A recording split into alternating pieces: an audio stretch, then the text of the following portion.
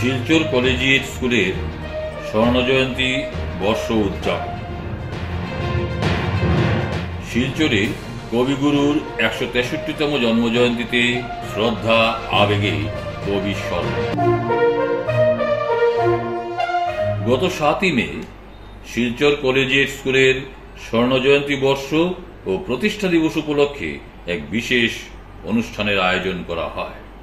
প্রদীপ প্রজ্বলনের মধ্য দিয়ে অনুষ্ঠানের সূচনা ঘটে। উল্লেখ্য, ১৯৭৪ সনের ২৪শে এপ্রিল তদানীন্তন জেলাধিপতির হাত ধরে শিলচর কলেজিয়েট স্কুলের প্রতিষ্ঠা হয়। সেদিনের ছোট্ট পরিসরে প্রতিষ্ঠিত এই স্কুল আজ ৫০ বছর হতে হতে এক বিশাল রূপ ধারণ করেছে। সেদিনের অনুষ্ঠানে ছাত্রছাত্রীদের পরিবেশনা সবাইকে মুগ্ধ করে।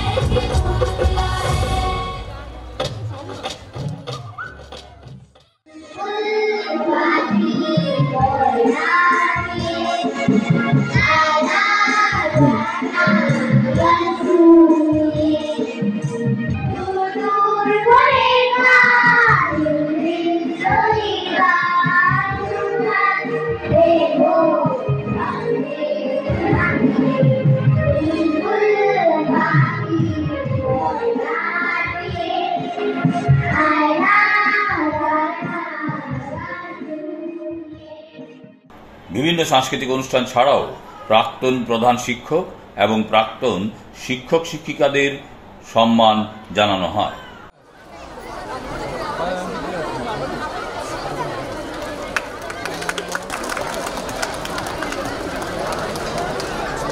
Felicitate our ex-teachers.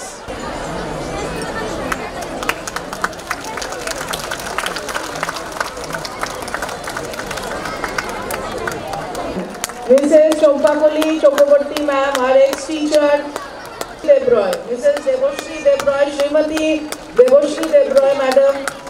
তাছাড়াও ছোট ছোট ছাত্রছাত্রীদের পরিবেশনা ছিল উপভোগ্য।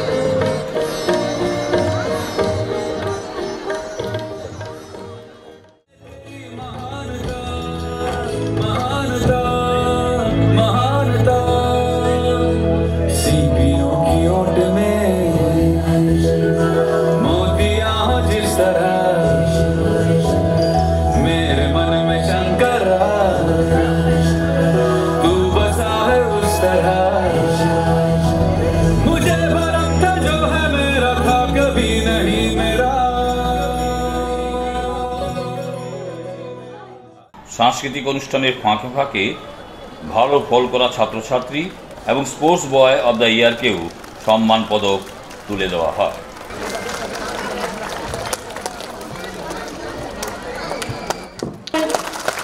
A big round of applause for him.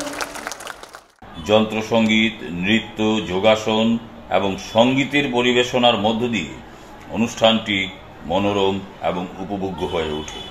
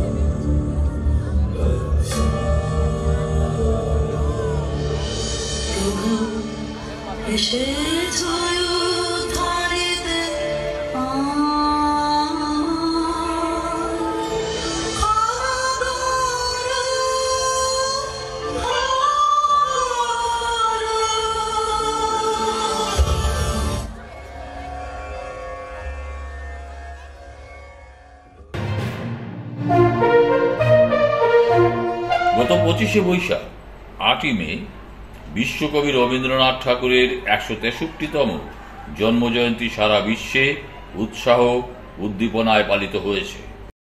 তার সাথে সংহতি রেখে শিলচরেও কবিগুরু জন্মজয়ন্তী পালিত হয়। তারই অঙ্গ হিসাবে সকালে প্রভাত ফেরি, তারপর তারাপুর ইন্ডিয়া ক্লাব পয়েন্টস্থিত কবিগুরুর মূর্তিতে পুষ্পার্ঘ অর্পণ করা হয়।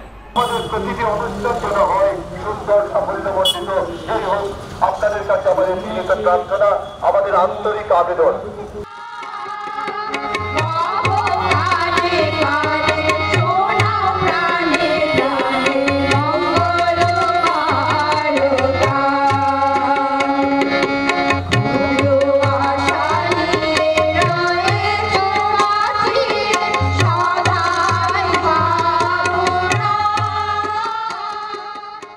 এদিন রবীন্দ্র মূর্তির পাদদেশে আয়োজিত হয় শহরের কেন্দ্রীয় অনুষ্ঠান। শিলচর পুরসভা ও লায়ন্স ক্লাব অব শিলচরের যৌথ ব্যবস্থাপনায় এবং আর্য সংস্কৃতি বুদ্ধনির উদ্যোগে কবির পাদদেশে কবি প্রণামের বিশেষ ব্যবস্থা করা হয়েছিল।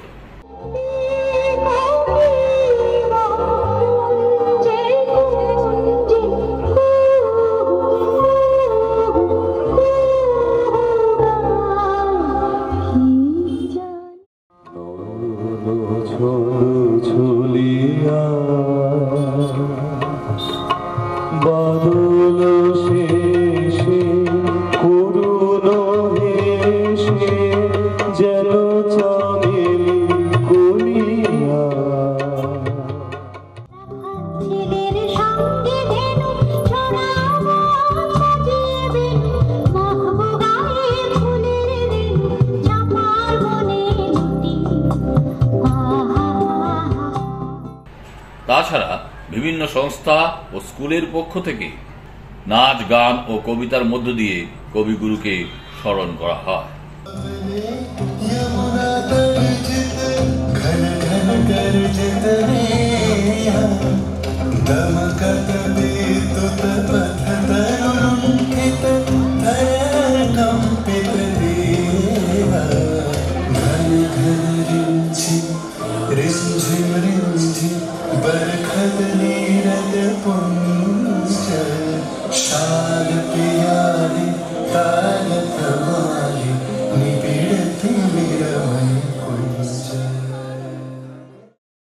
বরাক উপত্যকা বঙ্গ সাহিত্য ও সংস্কৃতি সম্মেলনের শিলচর শহর আঞ্চলিক সমিতি বঙ্গভবনে নব নব রূপে এসো প্রাণে শীর্ষক এক বিশেষ অনুষ্ঠানের আয়োজন করে।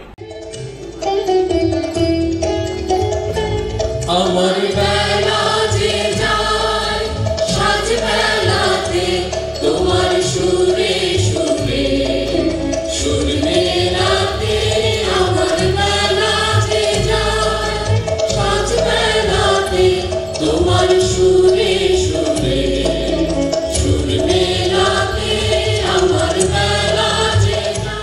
সম্মিলিত সাংস্কৃতিক মঞ্চের উদ্যোগে গান্ধী ভবনেও কবিগুরুর স্মরণে কবি প্রণাম অনুষ্ঠিত হয়।